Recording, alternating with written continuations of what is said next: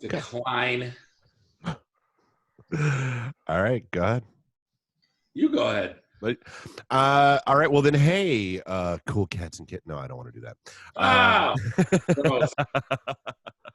All right, well, hey, folks, welcome back to another virtual PenguinCon session. Hopefully everybody's doing well, having fun, hanging out, staying at home, staying safe. Bob, Randy, and I, we did one version of this yesterday, and then we've got we figured we'd kind of go with a little bit of a different direction for this today, where basically just in case anybody has any more direct questions, that kind of stuff as we go through. Bob, I don't know if you want to go through this or. Yeah, we'll be watching the Podcast Detroit, the chat on Facebook. So if you got any questions, feel free to fire them off, and we'll try to get to them as best we can. So I guess why are we here? Why are we doing a thing on podcasting? So far we've produced probably close to 200 podcasts now. All in all, yeah. Yeah, with definitely more than 10,000 hours of recording time. We Randy, Dave, and I've been doing the IT and the D show every single Monday night for about 6 years, averaging 6 digits in listeners per show. We're coming up on 7, dude. How crazy is that? June of 2013 was when we started. Yeah. And IT and the D, we've been signed by Midroll Media, which is part of Stitcher, for about 4 years now, and literally done ad reads for every company ever. Yeah, exactly. If you've heard an ad on a radio show, odds are good we've done it too. Yeah. From everything from Google to MeUndies, we've done an ad read. Socks and razors and MeUndies, the one I could not get through because I couldn't stop doing it in a MeUndies. MeUndies. I've got to had to be Crocodile Dundee for that one. Right. Bad, terrible. So we started off as just doing a show, ended up building a few studios from it, and this is basically best practices, things that we've what's worked for us, and what hasn't. What you're going to hear as a common theme is there's no right answer. This is very much a work in progress for you, but this is just our tips and tricks and what's worked for us. And we're not selling anything. There's no upsell. This isn't like we're not claiming to be. This isn't a mastermind group. We're not experts or ninjas. No, and the first thing we always tell people during all these is, at the end of the day, remember, you don't need us. You don't. This isn't even a sales pitch for us.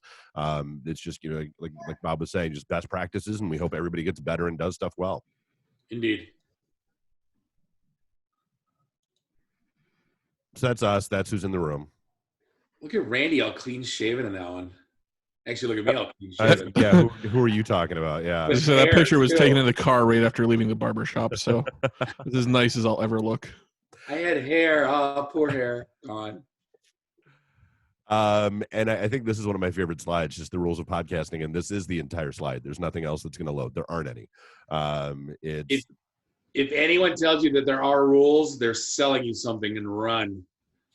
For real. That's the, both the good touch and the bad touch of this format is that there aren't any rules. You get to do what works for you, and your audience. If you want to do something daily, you do something daily, do something weekly, do it monthly, do it whatever. It's 20 minutes, it's 2 hours. It's all what you want to do and what you want to make of it. Yeah. We talked a little bit yesterday about it, but it's like, what is your goal? If your goal is to burp in a microphone every Friday night so 2 of your buddies can laugh because you're on Stitcher burping, that's cool. If you want to accentuate your brand, or if you have a brick and mortar, or if you have a company and you want to make it a thing, you can go all in. So it really depends on what your goal is. For sure. And and that's one of the things. We talk about this over and over again, where, you're basically your first 6 to 10 episodes of anything are going to be experimental. You're going to have to figure out, in those first 6 to 10 episodes, we've seen shows give up. We've seen shows that have changed topics, that have changed hosts, that have changed formats, that have gone from an hour to a half hour, or from an hour to 2 hours. And they've decided, hey, we need guests to talk about this stuff. We don't want guests to talk about this stuff, that sort of thing. So, it really is all over the map. The whole making money thing, I guess that's, I always try to level set with people. It's, the landscape is so much different than when, again, we started ours back in June of 2013, and you look at all the stats that say there were 230,000 podcasts that launched last year. There weren't 230,000 podcasts in total when we started ours in 2013. So the and I mean, and I'd say one of the big things is with the whole guests thing. A lot of shows that decide they want to have guests have a very hard time booking guests. We have had a pretty easy time because A, we run a networking group, and B, our network ourselves is pretty huge. So we can just simply reach out and ask. And I mean, literally, I don't think we've gotten, but maybe I can count on one hand how many people have said no. Yeah. Throughout this entire tenure, we typically have 1 or 2 guests per week on our show. And we, our approach is you can come on our show and be a subject matter expert, but if you start selling something, we're going to start making fun of you. So, one thing is, we wanted it to be us. And I think that's, get it kind of straying a little bit away, but that's, it really depends on what you can do. Like, if you think you can get 52 guests and have a weekly show, go ahead, go do it. If it's going to be a struggle after week 10, you might want to rethink the purpose of your podcast. For sure. And again, there's, like we were just talking about, the whole, and there's a typo, the structure of your show. It really depends. The record once in a while when I feel like it is a bad idea. And like we usually tell people, even if you're going to record bi-weekly, try to plan on recording at least 2 episodes.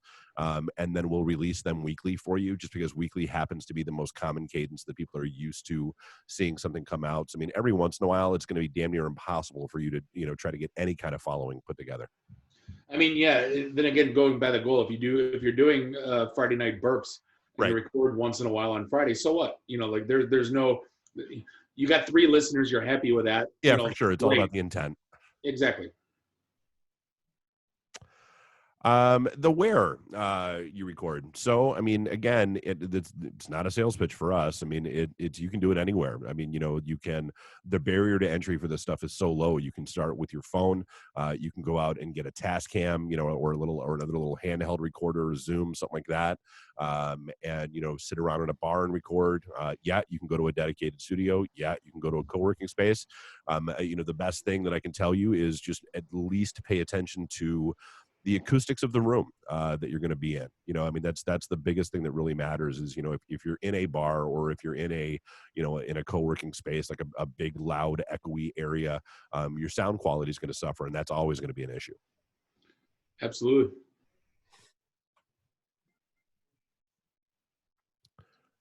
This is, I think, the most question, the question we get the most. Yeah. How long should it be? And then someone always has an answer for them. And my answer is that there is no answer, and there is no wrong answer.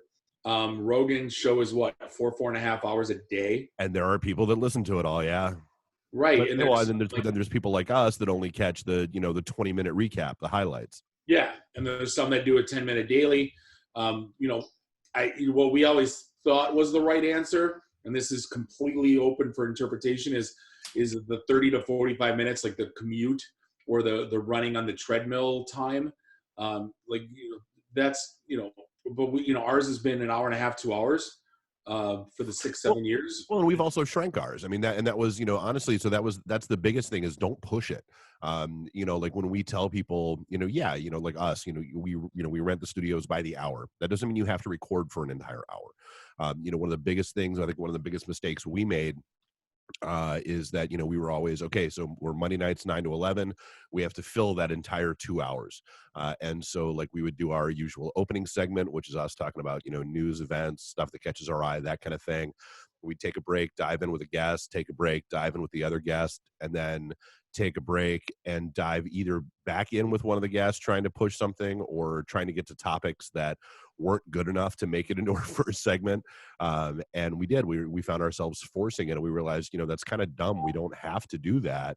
And so our show by default just started shrinking in size, which I think has been better for us overall. Yes, I mean, that's the thing, the rules, the thing that it can be a work in progress show to show.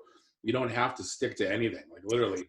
Well, and that's, it kind of dovetails in with a conversation that we had with the guys down in Cleveland where, that's one of the nice things about this format as opposed to, say, terrestrial radio. You know, we know somebody that does kind of what we do down in the Cleveland area, and they were talking about how one of their funders, their backers, was going out and trying to get them to buy AM radio stations. And I said, okay, have you thought about the logistics of that yet? And they were like, well, what are you talking about? I'm like, so in the podcasting world, like, okay, our show this week, it was 92 minutes long. Last week, we didn't have a guest book, and so it was 60 minutes long. Next week, we've got 3 really good, great guest book, and so it's probably going to be about a 2-hour show.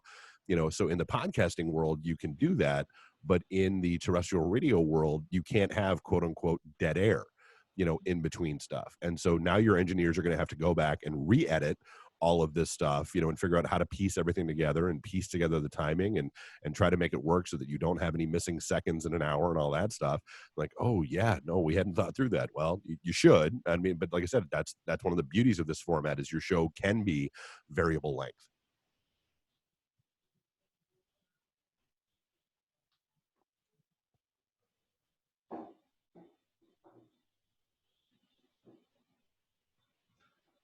So when we talk about how far are you going to go with this thing, I think that just at a bare minimum, you definitely need a logo, because if you're going to be on iTunes and all that, every show's got a logo.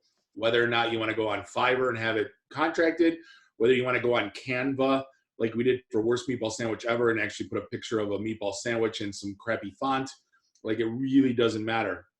I've seen some really awesome logos. I've seen some crappy logos, and I don't think the crappy ones are crappy per se, if that makes sense. They're just logos. There's no, you want to say there's no wrong answer? There really isn't a wrong answer. So, at bare minimum, that's what you need. Do you want to have a website? I don't know. Some say yes, some say no. Some do a WordPress site like us. Some do a Squarespace site. Some do a Wix site. Some do buy the URL and then redirect it to into a Facebook page or something like that. Yeah. Yeah, and then speaking of Facebook, Instagram, Twitter, I mean, those are free. You almost should have those if you want to gain or gather some sort of an audience. You need to put some sort of regular content on those. We still don't understand Twitter, thanks to Randy. We use it. Randy worries about the Twitters, yeah. Yeah, otherwise I wouldn't know how to use it. Now this is where it gets interesting. The people always talk about, I always read on the Reddit subgroups. How do you sell ads? I want to sell ads. And I'm like, do you have a media kit? And they're like, well, what's that? What's that? like if you go up to, here's the thing. If you go up to a prospective buyer and you don't have anything, like at minimum, you should have a PowerPoint with 3 or 4 slides going, here's what our show's about. Here's who we reach. Here's what we think our demographics are. And here's what a price is for an ad. Yep. Whatever that is. If you don't have to, you can even leave that blank, but like at least have a summary of what your show is and what you're about, and then they can read about it.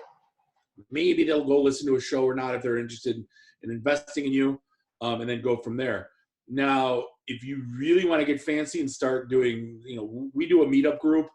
I've gone to the Twit folks were here for like a round table at some hotel in Troy. Like there's getting out and meeting people is a thing, whether you're doing it at trade shows and cons or, organized meetup groups, meeting at a bar, going to a coffee house. Really, there's really no limits to trying to attract and reach an audience. For sure. And I mean, and that's part of it, just on the trade show front. I mean, it really depends on, your goal at some point, if you really want to get serious about stuff, is to start getting invited to be, whether it's a presenter or a speaker or a panelist or something at a trade show event that's relevant to what you talk about. I don't know if, I don't know if that conference in October that we got invited to come down and do the live broadcast of our show at is still going to happen given everything that's going on. But I mean, that's the kind of stuff we do. And we also, but we also go to a lot of Comic Cons and that kind of stuff, and set up shop and get a booth and make sure we're there. Just if nothing else, just from a marketing and advertising perspective, just to get ourselves out and about and make sure people know who we are. Yeah, and one of the things I didn't even put on there was business cards. Again, that's a $10 investment. Go ahead. I was gonna say for sure, and and then when it comes to trade show materials, like everybody, go get, one of those, banner stands, that fold up, or that are on the spring things, and you pop it up, and there you are. Everybody loves stickers, everybody loves buttons, and a lot of that stuff is super cheap to get.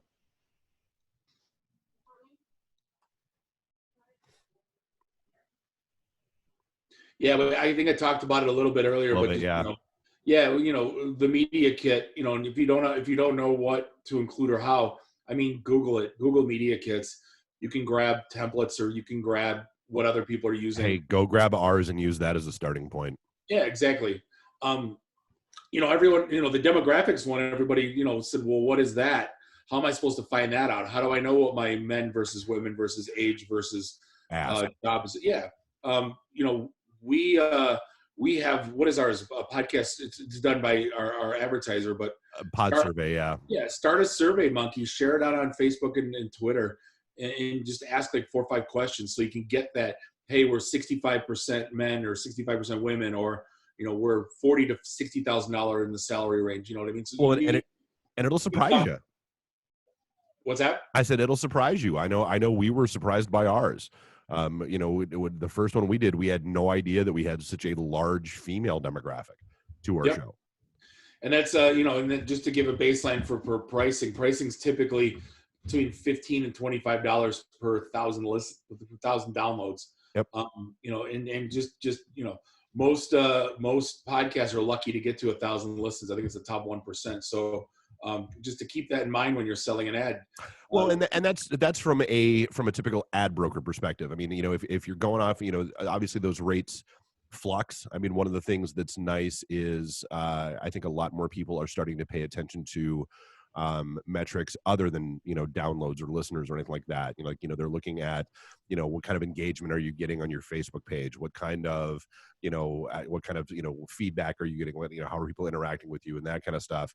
Because like that number will climb higher if you are a very specific niche that has a pretty rabid, dedicated following.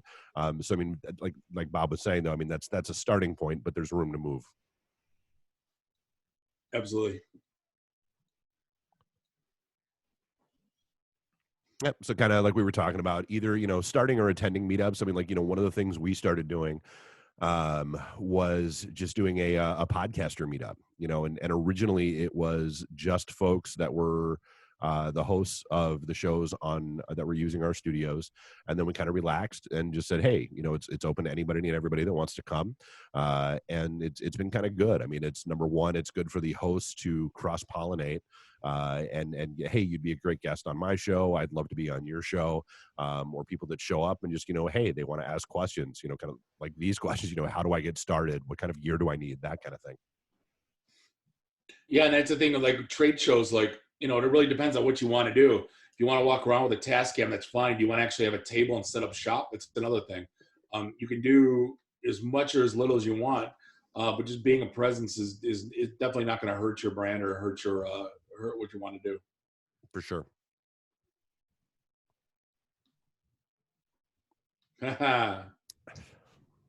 So, I mean, and this is the one that everybody wants to talk about, and like Bob's, monetization. So, I mean, where should you be, and how should you be there, and that kind of stuff. So when it comes to you going off and doing stuff on your own, you can start that whenever you want to. I mean, that's, just go off and start talking to people. That's, there are shows, there are folks that record with us that don't get very many listeners at all, but they've got like a buddy that owns an auto repair place that, covers their studio fees for them because they give them a shout out every episode, that kind of thing. Patreon, AdvertiseCast, those kind of places, typically have their own like sort of a baseline metric before you can get started with them. The other one that's out there is, I believe it's called Popcorn, I think is starting to make some inroads in the industry. Podcorn, sorry. Yeah. And then, mid-roll, all the way out to, hey, yeah, we're going to want you to have at least 50,000 downloads per episode before we'll even talk to you. We won't even return your call. Yeah. So, but again, I mean, it's really, figuring out where you are and what you want to do and how much you want to put into it. Or, do you want to, have somebody around that's, commission only that's off selling stuff for you? Just whatever works for you. Yep. Oh, and I think that was the last slide in this one. Awesome. Got no, Wow, I think that's the fastest we've burned through content. you know what, which is, well, you've got, no questions and all that. It's kind of, this is the one where like, we're usually working case by case with people, Yeah, this is a lot harder to do without without folks in the room. All right, so I'm going to stop that share. I guess any other thoughts, questions, comments? Anyone out there that's got any questions?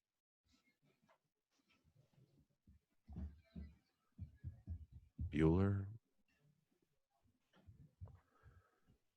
All right. Well, life is good. yeah. I mean, we can wrap this, and I'll see you in a half hour for the next one. See you at 3. All right. Well, 4, unless 4, you're gonna go back in time. Yeah. We'll be talking about that later. All right. See ya. See ya. Bye.